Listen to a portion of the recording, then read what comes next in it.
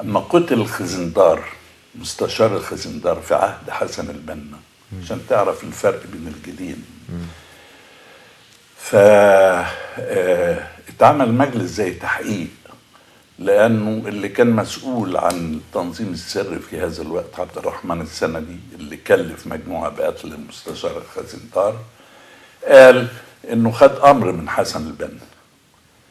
فمجموعه من قيادات الاخوان على راسهم الدكتور عبد العزيز كامل رحمه الله عليه وهو رجل فاضل، خد مجموعه من قيادات الاخوان وخد السندي وراحوا يحاسبوا حسن البنا.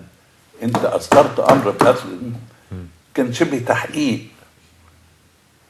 كل واحد قال انا نفسي النهارده اللي ادوا امر باللي نزلوا ميدان التحرير وحصلت مطحنه في ميدان التحرير في يوم الغضب، واللي ادوا امر انهم يروحوا من الاتحاديه وحصلت المجزره اللي في الاتحاديه، واللي ادوا امر في اسكندريه عشان يروحوا يفن بتاع، يتعمل تحقيق زي اللي اتعمل مع حسن البنا بالظبط. مع حسن البنا. ده فرق القيادات دول من قيادة دول، في شك.